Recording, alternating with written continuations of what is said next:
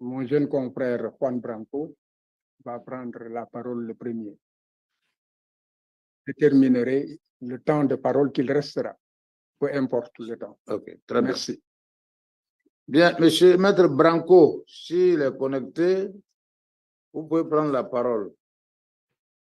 Merci, monsieur le... On va considérer qu'il est 12h45 pour que ça soit facile à calculer. Donc, on va ajouter les 3 minutes supplémentaires. Maître Branco, vous avez la parole pour votre plaidoirie. Merci, monsieur le Président.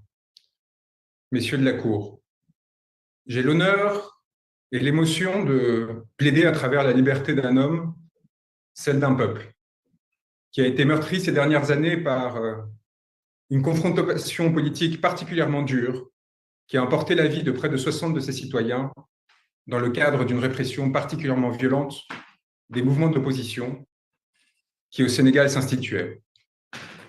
La liberté de M. Sonko emporte celle d'un peuple qui souhaite, le 24 février prochain, pouvoir choisir librement et souverainement ceux qui auront à le diriger et le représenter. Elle emporte aussi les vies de 1000 prisonniers que nous considérons comme étant politiques, qui, du fait de leurs opinions, de leur participation à des manifestations, sont détenus le plus souvent sans condamnation, de façon provisoire et illimitée, du fait de procédures qui sont menées à leur encontre. Je suis venu aussi plaider l'état de droit et la possibilité pour le Sénégal, élève illustre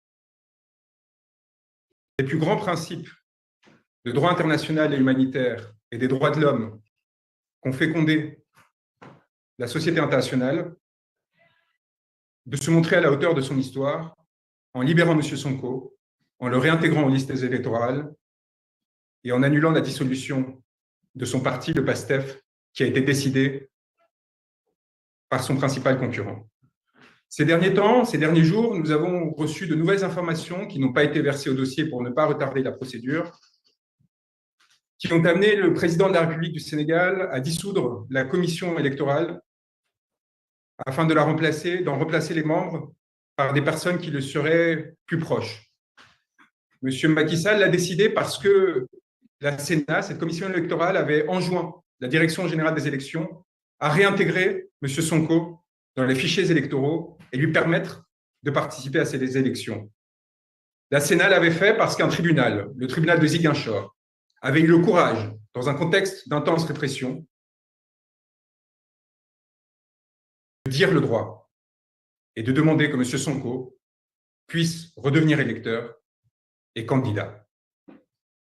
La Direction générale des élections, sur instruction ministérielle, s'y est opposée. La Sénat l'a enjoint.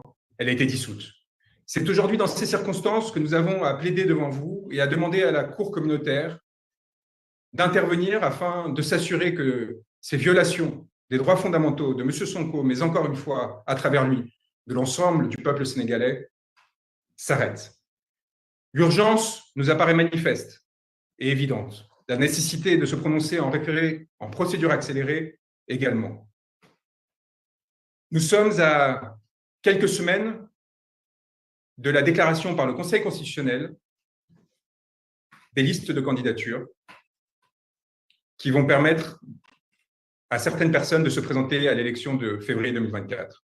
Sans votre décision, messieurs de la Cour, il sera impossible à M. Sonko de se présenter.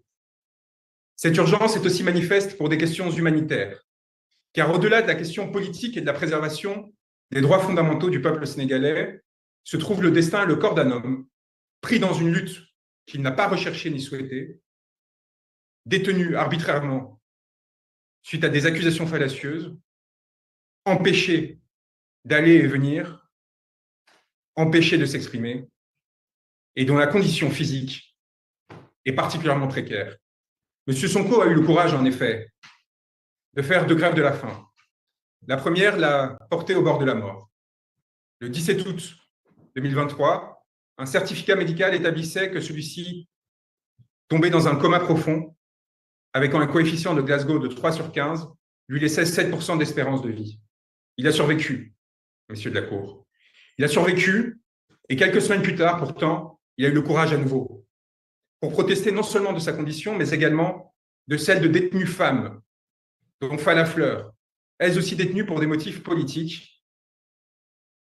Pour protester de leur détention, il a à nouveau participé à cette grève de la faim, ce qui l'a amené à perdre connaissance et à se retrouver dans l'impossibilité de tenir des propos cohérents, comme l'a attesté là encore non seulement un certificat médical, mais le directeur de l'administration pénitentiaire lui-même dans un courrier qui a été adressé à Madame la ministre de la Justice. En ces conditions, c'est non seulement des droits formels qu'il vous est demandé de sauvegarder, mais aussi la vie d'un homme. La vie d'un homme qui s'est engagé et qui, avec beaucoup de courage, dénonçant la corruption qui gangrénait une partie de l'État dans lequel il s'était formé, a décidé de s'engager politiquement pour lutter pour les droits de son peuple et pour leur souveraineté.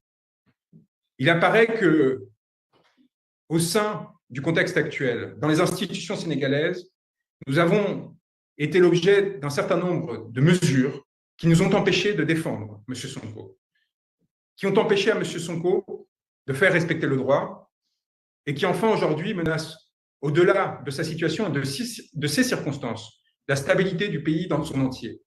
Non pas car des opposants chercheraient à le déstabiliser, loin de là, mais simplement parce que lorsqu'un État cesse de respecter ses propres règles, lorsqu'un État cesse de respecter son propre droit, son autorité s'affaisse et les risques de désobéissance, de corruption et donc d'effondrement se multiplient.